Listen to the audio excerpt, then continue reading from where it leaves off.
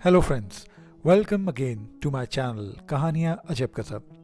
तो फिर से ले आया हूँ फ्रेंड्स आपके लिए एक नई और यूनिक स्टोरी, जिस स्टोरी का नाम है a scandal in Bohemia. And again friends, ये भी शेरलॉक होम्स सीरीज की एक और स्टोरी है और इसे लिखा गया है सर आर्थर कोनन डॉयल द्वारा। फ्रेंड्स, अगर अभी तक आपने मेरे चैनल को सब्सक्राइब नहीं किया है तो प्लीज़ मेरे चैनल को सब्सक्राइब कीजिए, लाइक शेयर और कमेंट करना भी ना भूलें और बेल आइकन भी ज़रूर प्रेस करें, जिससे आपको आगे की स्टोरीज़ के नोटिफिकेशंस रेगुलर मिलते रहें। तो friends, let's start with our story a scandal in Bohemia. सन 1888 मार्च महीने का वो तीसरा हफ्ता था। रात अंधेरी थी, लेकिन ठंडी हवा के झोंके उसे खुशनुमा बनाए हुए थे। आकाश में बादल छाए हुए थे। बीच बीच में गरज कर बादल अपनी उपस्थिति का आभास दे देते थे। चंद्रमा भी जैसे बादलों के बीच छुपन छुपाई का खेल खेल रहा था। उसकी सफ़ेद रोशनी से कभी वातावरण रोशन होता तो फिर कभी गहरा जाता था। ऐसे में घोड़े की टापों के स्वर सुमधुर संगीत सा पैदा करते हुए गूंज रहे थे। टिक टॉक घोड़ों की टापों के स्वरों में एक अद्भुत आकर्षण सा हमेशा होता है। इनके लयबद्ध ताल को हर कोई सुनना पसंद करता है। डॉक्टर वॉटसन उस घोड़ा गाड़ी में सवार थे। उनका कोचवान घोड़ा गाड़ी को हाँक रहा था। पीछे बैठे डॉक्टर वॉटसन किन्हीं सोचों में गुम थे। वह अपने पेशेंट को देखने के बाद घर वापस लौट रहे थे। वह अपने मित्र शेरलॉक होम्स के बारे में सोच रहे थे। वह खुद केवल एक डॉक्टर थे। इस पेशे के कारण उनका संबंध केवल अपने पेशेंट्स के साथ ही अधिक था। कौन उन्हें जान पाता, लेकिन आज हर कोई उन्हें पहचानता था, उन्हें जानता भी था। वह भी जानते थे कि वह भी लोगों के बीच में बेहद प्रसिद्ध हैं। लोग उन्हें पसंद करते हैं। भीड़ उन्हें देखकर ऐसे हाथ हिलाती है जैसे कोई बेहद प्रसिद्ध हस्ती वहां से गुजर रही हो। यह सब उनके प्रोफेशन के कारण नहीं था। इन सब के पीछे था Sherlock, master detective Sherlock Holmes. Sherlock Holmes के बारे में सोचते ही डॉक्टर वॉटसन के होठों पर एक प्यारी सी मुस्कान आ गई। बहुत समय तक शेरलॉक से मुलाकात नहीं हो पाई थी। वास्तव में अपनी शादी के बाद वह कभी कभी किसी फंक्शन इत्यादि में ही उनसे मिल पाते थे। शेरलॉक भी कभी समय बेसमय उनसे मिलने की कोशिश नहीं करते थे, ताकि कहीं वे अपने डॉक्टरी के प्रोफेशन के चलते इस बेवजह मुलाकात से परेशान ना हो। सहसा घोड़ा गाड़ी के रास्ते में कोई गड्ढा आ गया, जिसे कोचवान ने शायद समय रहते देख लिया था। उसने एक झटके के साथ घोड़ों की लगामें खींची, जिससे गाड़ी एक झटका खाकर उस गड्ढे से बचती हुई आगे बढ़ती चली गई। इस झटके के साथ डॉक्टर वॉटसन की तंद्रा भंग हुई। उन्होंने अपनी जेब में हाथ डालकर चेन से लटकी घड़ी बाहर निकाली। इस समय चंद्रमा की रोशनी थी। उन्होंने ध्यान से घड़ी में समय देखा। यह शाम के 7:20 का समय था। शाम गुलाबी थी, यादें भी गुलाबी थीं। यादें जब मन पर हावी होती हैं तो मन उन यादों से जुड़े इंसान की तरफ खिंचता है। फिर या तो मन उस तक पहुंचता है या फिर खुद वो इंसान। डॉक्टर वॉटसन शेरलॉक से मिलने को बेताब नजर आए। उन्होंने अपने कोचवान को बेकर स्ट्रीट से होकर गुजरने को कहा, जहाँ शेरलॉक होम्स रहते थे। जल्द ही उनकी गाड़ी शेरलॉक के घर के सामने थी। उन्होंने शेरलॉक के घर की तरफ निगाहें उठाई तो खिड़की के शीशे के पार दिखती उस परछाई को देखकर डॉक्टर वॉटसन रोमांचित हो उठे, जो एक इंसान की थी, उस इंसान की जिससे मिलने के लिए वह बेकरार थे। लेकिन शेरलॉक खुद भी अपने स्टडी रूम में बेकरारी से इधर से उधर चहलकदमी कर रहे थे। इसका एक ही मतलब हो सकता था कि वह किसी गंभीर समस्या पर गहरे चिंतन में हैं। चहलकदमी की इस अवस्था में कोई इंसान कुछ डिसाइड करने की कोशिश कर रहा होता है। दिमाग बेहद व्यस्त होता है, लेकिन शेरलॉक का दिमाग कब व्यस्त नहीं होता था? वो तो हमेशा ही व्यस्त था। उलझनें अक्सर उनके दिमाग के दरवाजे को खटखटाती रहती थी। शेरलॉक के दरवाजे भी उनके लिए हमेशा खुले रहते थे। वे जानते थे कि इन्हीं उलझनों के कारण ही वास्तव में वे शेरलॉक होम्स हैं, जिन्हें उन्हें सुलझाना होता है। डॉक्टर वॉटसन अपनी गाड़ी से उतरकर शेरलॉक के घर के अंदर पहुंचे। उन्हें देखकर शेरलॉक होम्स चौंक पड़े। उनके चेहरे पर एकाएक ही खुशी दिखाई देने लगी। मुंह से आश्चर्य के साथ निकला, ओह डॉक्टर वॉटसन, ये तुम हो? What a surprise! मुझे यकीन नहीं हो रहा कि तुम मेरे सामने हो। नहीं, तुम यहाँ नहीं हो। ओह, ऐसा शायद इसलिए हो रहा है कि कुछ देर पहले मैं तुम्हारे बारे में सोच रहा था। ऐसा इसलिए है दोस्त, क्योंकि कहावत है कि दिल को दिल से राहत होती है। हम दोनों ही वास्तव में एक दूसरे से मिलने के बारे में सोच रहे थे। डॉक्टर वॉटसन ने मुस्कुराते हुए कहा। दोनों बड़ी गर्मजोशी के साथ मिले और ये कहा, तुमने अपना क्या हाल बना लिया? क्यों, क्या हुआ? अपने पाँव पर थोड़ा रहम तो खाया होता भाई। इसके ऊपर तुम्हारे शरीर का वजन बहुत बढ़ चुका है। शर्लॉक मजाक के मूड में थे। ओह हा हा हा, दोनों खुलकर हंसे। अच्छा अब ये बताओ कि इस समय तुम यहाँ क्या कर रहे हो? क्या मतलब है भाई, इतने दिनों बाद तुमसे मिल रहा हूँ? नहीं, मेरा मतलब वह नहीं था। मेरा मतलब था कोई केस इत्यादि। एक्चुअली बोर हो गया हूँ यार, तुम्हारी कंपनी चाहता हूँ। ओहो, तो ये बात है। फिर तो तुम एकदम ठीक वक्त पर यहाँ आए हो। शर्लॉक ने मुस्कुराते हुए जेब से एक लिफाफा निकालकर डॉक्टर वॉटसन की तरफ बढ़ा दिया। लो, इसे पढ़ो। डॉक्टर वॉटसन ने लिफाफे को खोलकर उसमें से एक कागज़ निकाला और उसे पढ़ने लगे। बड़ी ही रहस्यपूर्ण भाषा में लिखा था, dear mister Sherlock Holmes, investigation के क्षेत्र में आपकी शानदार सफलता के बारे में पूरे यूरोप में कौन नहीं जानता। हम स्वयं भी आपकी योग्यता के कायल हैं। आज फिर आपको अपनी योग्यता प्रूव करनी होगी।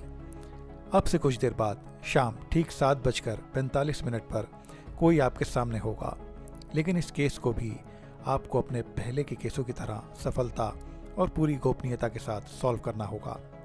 मगर ध्यान रहे, आपको कॉल करने वाला एक मास्क पहने होगा।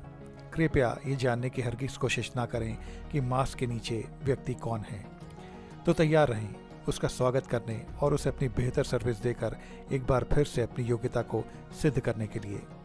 धन्यवाद। ये लेटर तो बड़ा सस्पेंस क्रिएट कर रहा है। डॉक्टर वॉटसन ने शर्लॉक होम्स की तरफ देखते हुए पूछा।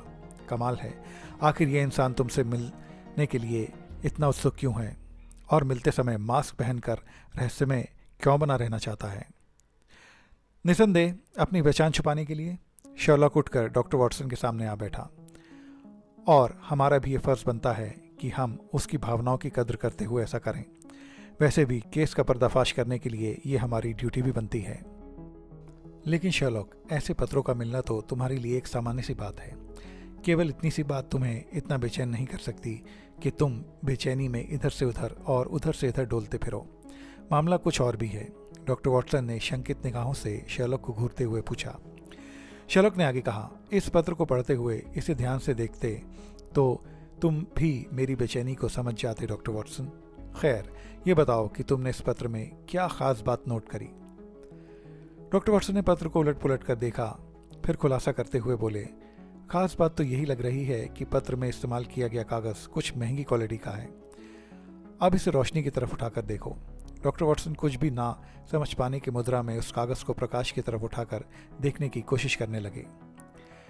वह ये देखकर हैरान रह गए कि वहाँ अब कुछ और शब्द भी दिखाई पड़ने लगे थे, जैसे कैपिटल लेटर में लिखा हुआ अंग्रेजी का शब्द ई और स्मॉल लेटर में लिखा हुआ अंग्रेजी का शब्द जी और कैपिटल में लिखा हुआ अंग्रेजी का शब्द पी और इसके साथ ही कैपिटल का जी जो पत्र के मैटर में पढ़े जाते अंग्रेजी के एक स्मॉल लेटर टी की एकदम पृष्ठभूमि में लिखा हुआ दिखाई दे रहा था।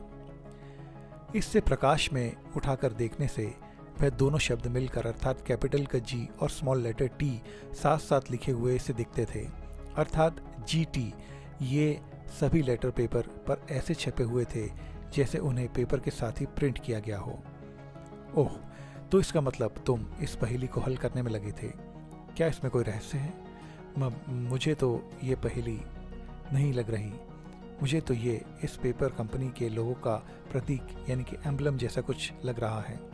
डॉक्टर वॉटसन अपनी बात कहते हुए कुछ शंकित थे, क्योंकि वे जानते थे कि शर्लॉक की आंखें उन शब्दों में छुपे रहस्य को देखकर समझ चुकी होंगी, जबकि वे स्वयं अभी तक इन शब्दों के रहस्य को समझ नहीं पाए थे। शर्लॉक की यह क्वालिटी तो उसे शर्लॉक बनाती थी कि जो नहीं दिख रहा हो वह उसे भी देख लेते थे। शर्लॉक उन शब्दों के जरिए ये जानने की कोशिश कर रहे थे कि पत्र आखिर कहाँ से भेजा गया है। डॉक्टर वॉटसन उन शब्दों का रहस्य जानने को बेचैन दिखाई पड़ने लगे थे। शर्लॉक को चुप देखकर डॉक्टर वॉटसन ने कहा, अब कुछ बता भी दो यार, बताओ तो सही। अंग्रेजी के कैपिटल लेटर जी और स्मॉल लेटर टी का असली मतलब गिसेल्स क्राफ्ट से है। ये शब्द जर्मन भाषा से लिया गया है। कैपिटल जी और स्मॉल टी इस पूरे जर्मन शब्द की शॉर्ट फॉर्म है, यानी एब्रीविएशन है।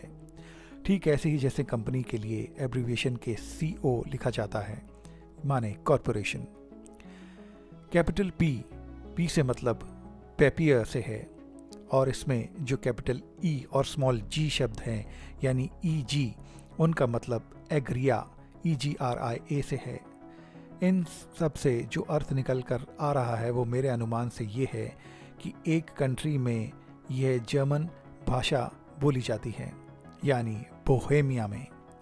शर्लक ने एक बहुत पुराने यूरोपियन यंत्र की मदद से इन शब्दों को डिकोड करने में सफलता पा ली थी। तो फ्रेंड्स, आप देख सकते हैं कि हमारी कहानी का शीर्षक अ स्कैंडल इन बोहेमिया हमें मिल गया है। अब आगे, मतलब तुम कहना चाहते हो कि यह पत्र किसी जर्मन द्वारा लिखा गया है।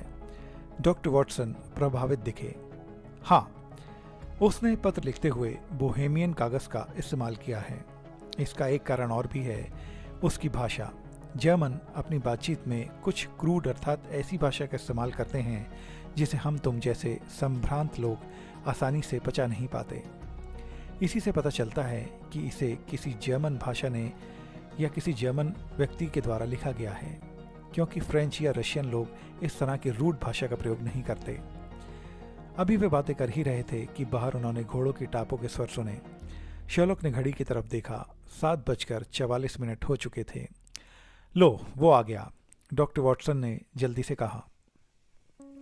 तुम ठीक समझे। शर्लक ने भी जल्दी से हामी भरी। कुछ ही देर में वो अजनबी हवा के झोंके के समान भीतर आता दिखाई पड़ा। वो करीब 25 या 30 के बीच की किसी उम्र का, चौड़े चेहरे, लंबे कद और भारी शरीर का व्यक्ति था। उसने हैट पहना हुआ था। उसने हैट के किनारे शनि ग्रह की तरह रिंग सा बनाते हुए बाहर को निकले हुए थे। उसके चेहरे पर बड़े ही सख्त भाव थे, या फिर वो जानबूझकर ऐसे ही भाव शो कर रहा था। उसने ओवरकोट पहना हुआ था और जैसा कि उसने अपने पत्र में लिखा था, उसके हुलिये की वही खास बात थी, उसका काला मास्क, जिसने उसकी आंखों के आसपास के पूरे चेहरे को ढका हुआ था, हिंदी फिल्मों के सुपर हीरो क्रिश के समान।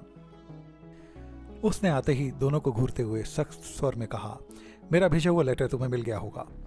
हाँ, आपका स्वागत है।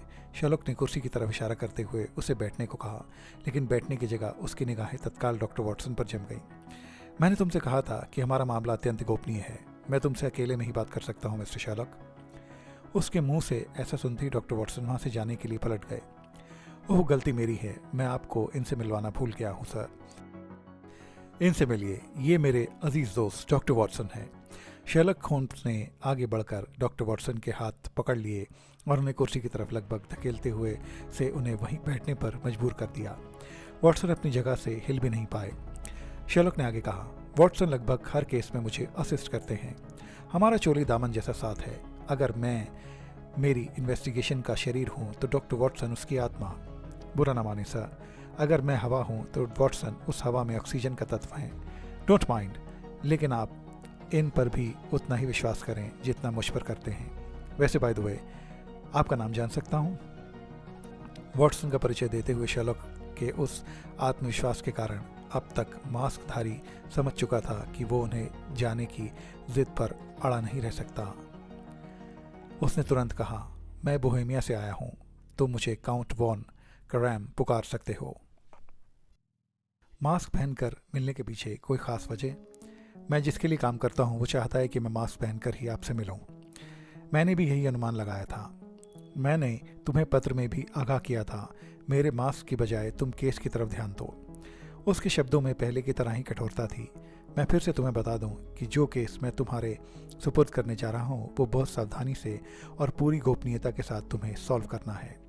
ये बोहेमिया के राजघराने के मान सम्मान से जुड़ा हुआ बहुत ही नाजुक मामला है। इसमें कोई चूक नहीं होनी चाहिए। हाँ, मैं पहले से जानता हूँ।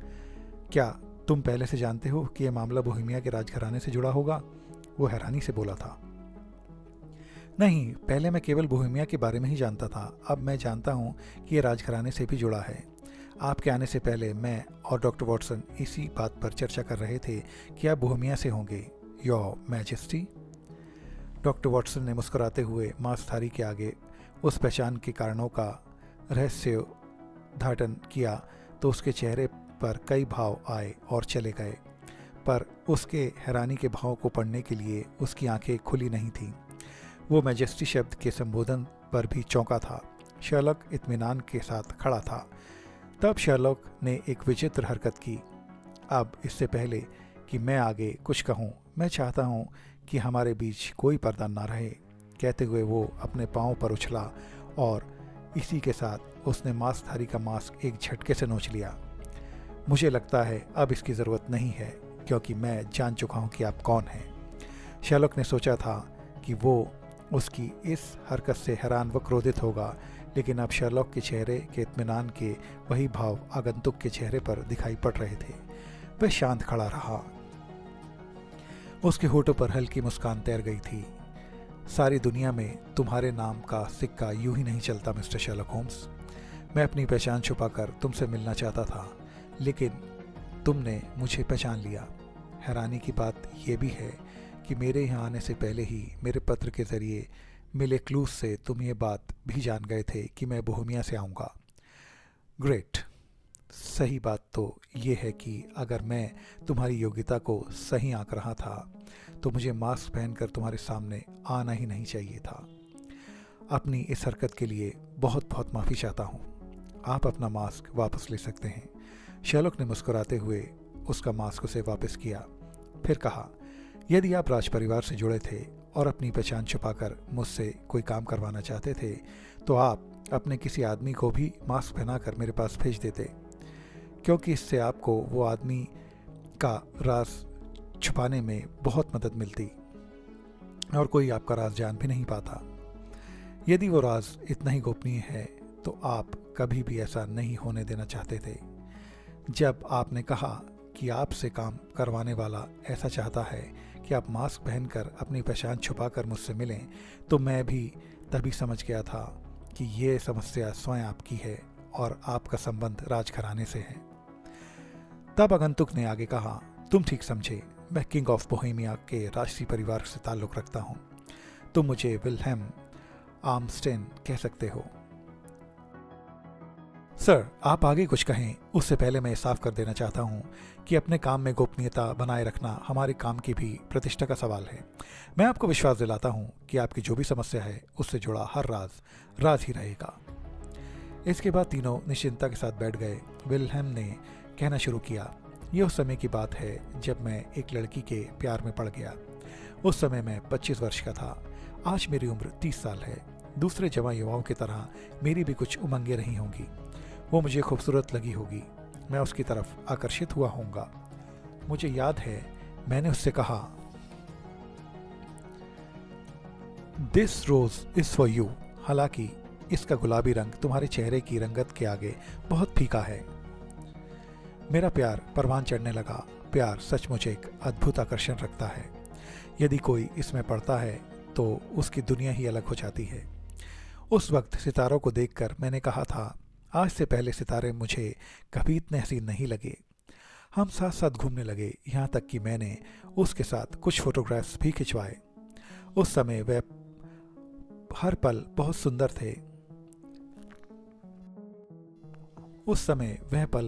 थे। और मेरे मुंह से निकला था, ये फोटोग्राफ इन सुनहरे पलों के गवाह होंगे। दूसरे प्रेमियों की तरह मैंने उसे लव लेटर भी लिखे और मेरी वही भूल आज मेरी परेशानी का कारण बन गई है।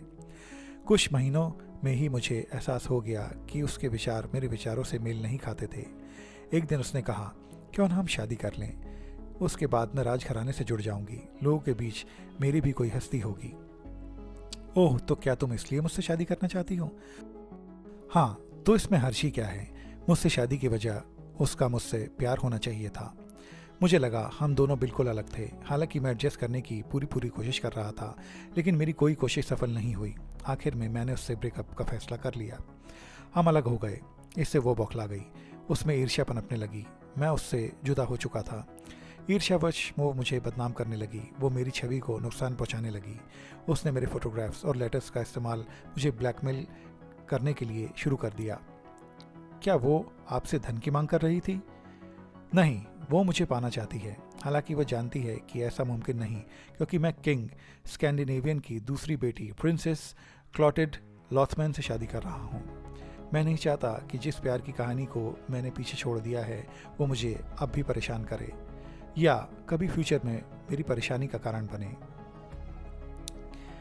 यदि अब ऐसा हुआ तो उसकी निगाहों में मेरा वो विश्वास चकनाचूर हो जाएगा जो मेरी और उसकी शादी का मुख्य आधार है, यानी कि मेरी और प्रिंसेस क्लॉटेड लॉथमैन की शादी का मुख्य आधार है। तब मेरे साथ उसका व्यवहार क्या होगा मैं इसकी कल्पना तक नहीं कर सकता। मेरी और प्रिंसेस की शादी टूट सकती है। इन बातों से तो वो मुझसे किसी भी कीमत पर शादी नहीं करेगी, यानी प्रिंसेस मुझसे शादी तोड़ देगी। जब आपकी उससे शादी ही नहीं हुई थी तो उसके पास आपको ब्लैकमेल करने का कोई ठोस आधार नहीं है।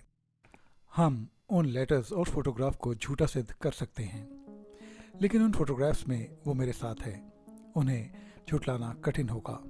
ये बात तो आप जानते ही होंगे मिस्टर होम्स। इसके अलावा उन फोटोग्राफ्स को खींचने वाला स्टूडियो का मालिक भी अहम गवाह बनाया जा सकता है।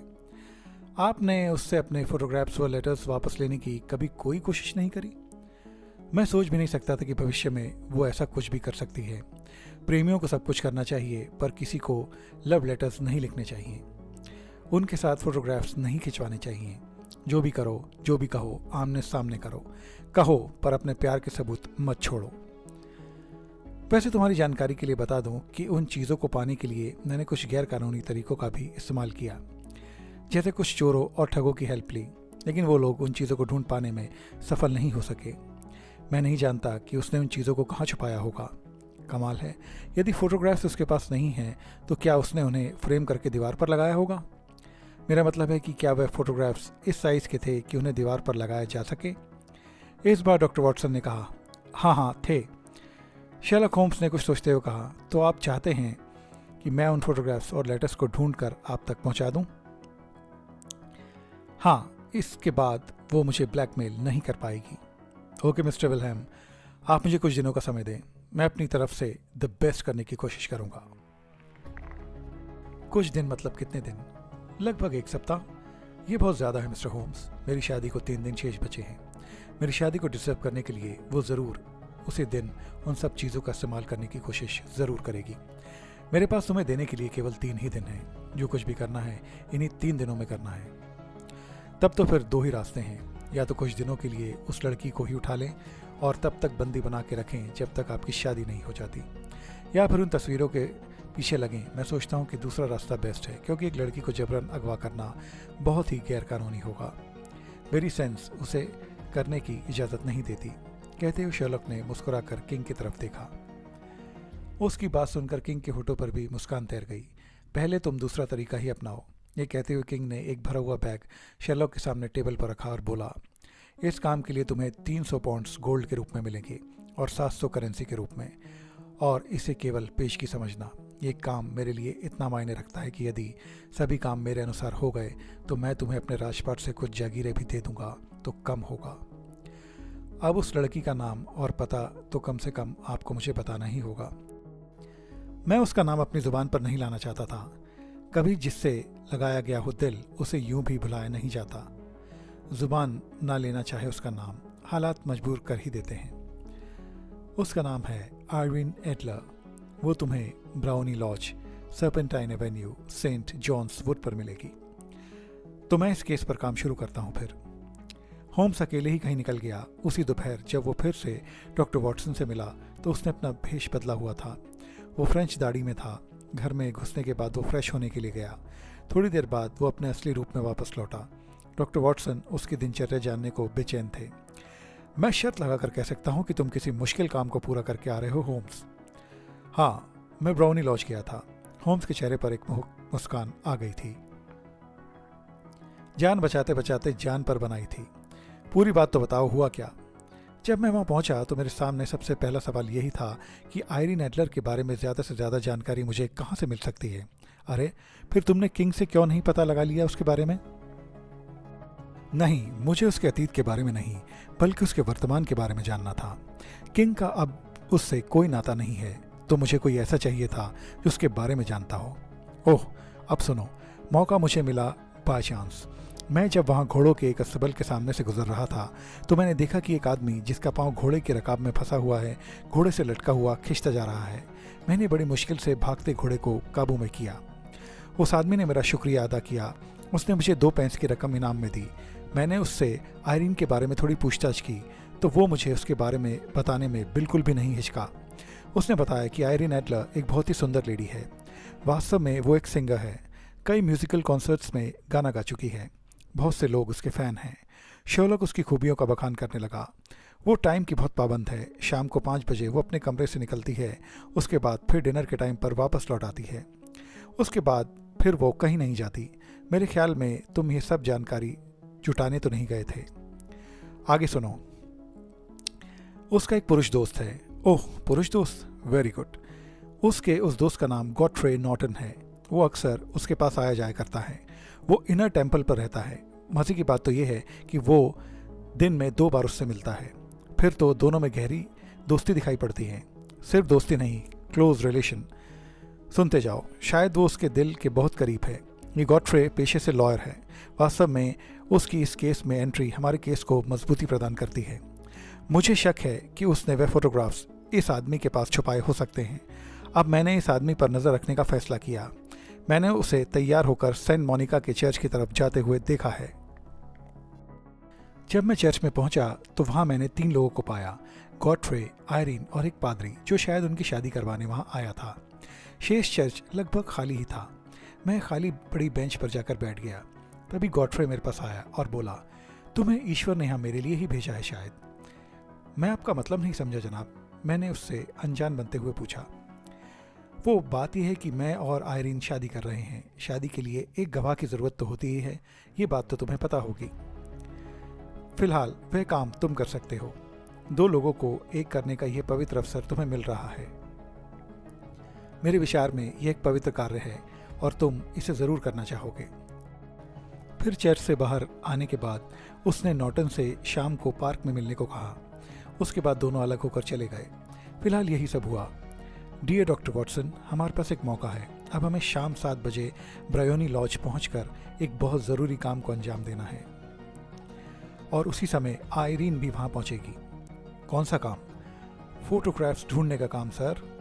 लेकिन यह काम इतना आसान नहीं होगा होम्स, हमें थोड़े पापड़ बेलने होंगे। उम्मीद करनी चाहिए कि पापड़ हमारे हाजमे के लिए अच्छे साबित होंगे। अब बताओ कि एक्चुअली करना क्या है। हमें वहाँ एक नाटक करना होगा जिसमें मुझे तुम्हारी हेल्प की ज़रूरत पड़ेगी। उस नाटक के बाद मैं आयरीन के साथ उस कमरे में रहूँगा। तुम लॉज के बाहर खड़े रहोगे। नाटक के दौरान मुझ पर क्या बीत रही है तुम इस तरफ से अपनी आंखें मीच कर रखोगे। तुम्हारा एक्शन तब शुरू होगा जब तुम कमरे की विंडो को खुलते हुए देखोगे। उस वक्त मैं बेड पर पड़ा होऊंगा। सही समय देखकर मैं अपना हाथ ऊपर उठाऊंगा। यह तुम्हारे लिए मेरा इशारा होगा। ठीक उसी समय तुम वो चीज़ उस कमरे में उछाल दोगे जो मैं तुम्हें भी थोड़ी देर में दूंगा। कमाल है, तुम ऐसे सब कुछ कहे जा रहे हो जैसे ठीक वैसा ही होगा जैसा तुम सोच रहे हो। प्लान परफेक्ट हो तो वैसा ही होता है वॉटसन, जैसा तुम चाहो। अब आगे सुनो। उस चीज़ को खिड़की से भीतर उछालने के बाद तुम आग शोर मचाओगे। बस फिलहाल तुम्हारा काम यहाँ खत्म हो जाएगा। इसके बाद तुम गली के नुक्कड़ पर पहुंचकर मेरा इंतज़ार करोगे। मैं 10 मिनट में वहाँ पहुँच जाऊँगा। फिर वहाँ से हम बेकर स्ट्रीट वापस चलेंगे अपने घर। वो चीज़ क्या होगी ये तो बताओ। कोई बम तो नहीं होगा? बम तो वो होगा लेकिन धुएं का। लेकिन तुमने मुझसे ये क्यों कहा कि तुम्हारे साथ कुछ भी होता रहे पर मैं अपनी आंखें बंद ही रखूं? तुम इस पर इतना दिमाग मत दौड़ाओ। जैसा कहा है वैसा करना बस। इसके बाद ठीक 6:30 बजे शर्लक होम्स ने एक पादरी का रूप धरा। यह रूप लगभग वैसा ही था जैसे चर्च में उसने नॉर्टन और आयरीन की शादी के समय मौजूदा पादरी को देखा था। लंबी दाढ़ी, हाथ में बाइबल। डॉक्टर वॉटसन उसकी कार्यप्रणाली को हैरान खड़ा देख रहा था। निश्चित उसके दिमाग में सवाल था कि क्या वह अपने प्लान में सफल होगा या नहीं, जबकि शर्लक अपने प्लान के प्रति ज़रा भी शंकित नहीं था। उसने एक आईने के सामने खड़े होकर अपने उस रूप को देखा। सब तरफ से आश्वस्त होने के बाद वह थोड़ा मुस्कुराया और डॉक्टर वॉटसन के साथ वहाँ से चल पड़ा। तो डियर फ्रेंड्स, आपने देखा किस तरह से शर्लक होम्स ने इस केस को पूरी तरह से सॉल्व करने की ठान ली है।